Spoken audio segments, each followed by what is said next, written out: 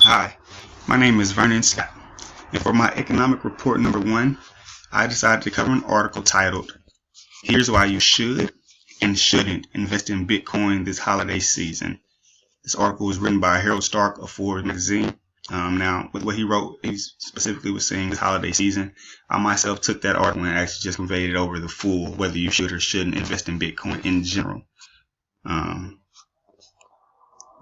Now, in the article, Stark discusses how Bitcoin, which is a cryptocurrency, they're a growing phenomenon in the country, globally actually.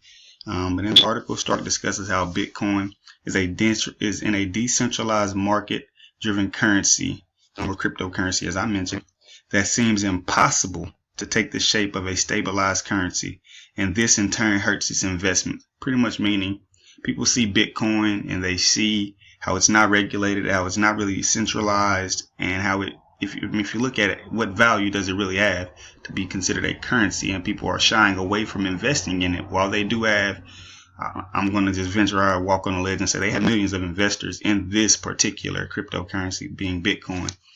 But lots of people are still fleeing away from it because it's still highly unknown.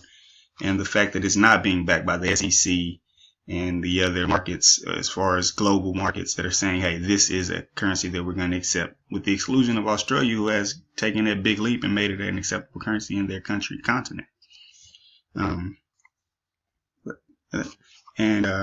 So with the investment being hurt by the people with the decentralized and the low regulation for the currency, that also goes into what he mentioned afterwards, meaning that the market with this decentralization and with this limited, if any, regulations is a highly volatile market, meaning it can go from one extreme to the other in a matter of minutes. I'm exaggerating there, but you can see that big jump from one day to 1 week to 1 month, and then boom, it crashes. And you see that with Bitcoin, and we've seen that over the years with this, as opposed to just the normal stock market that we can actually look at and you can track trends of it. Bitcoin hasn't been able to get that trend, other than it has that big boom and then it tapers off and starts to fall. Now he closes out his article by mentioning that with Bitcoin, and like I just mentioned, the up and down nature of it, and the cryptocurrency as a whole, you're either going to end up being a big winner or an even bigger loser by the end of it, depending on what happens with this. And I mean, it's still in its early stages. It's barely hit a decade. It's not even hit a decade yet, so we're still waiting to see. So the jury's still out to say. Now, enjoying the lead from the points that he made in this article are some things that I took away from the article and I can apply to economic concepts that we're going to be studying, that we have studied over the course of this class, and some that we've taken in the past. And those concepts are market value and market research.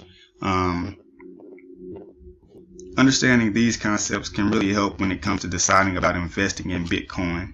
Because you know the value, hey, Bitcoin right now is trading at this, but you want to track that pretty much up to the last second you choose to, if you're going to choose to invest. You want to track that market value right to then. You also want to do some research.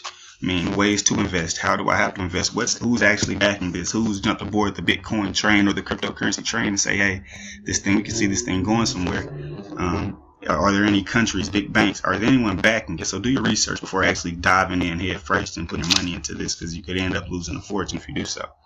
Again, volatility, the volatile market that this is with the decentralization and the lack of regulation really makes this a volatile market. So understanding that, the degree of volatility that comes with investing in Bitcoin will go a long way. I mean, and then on top of that, just investing in general.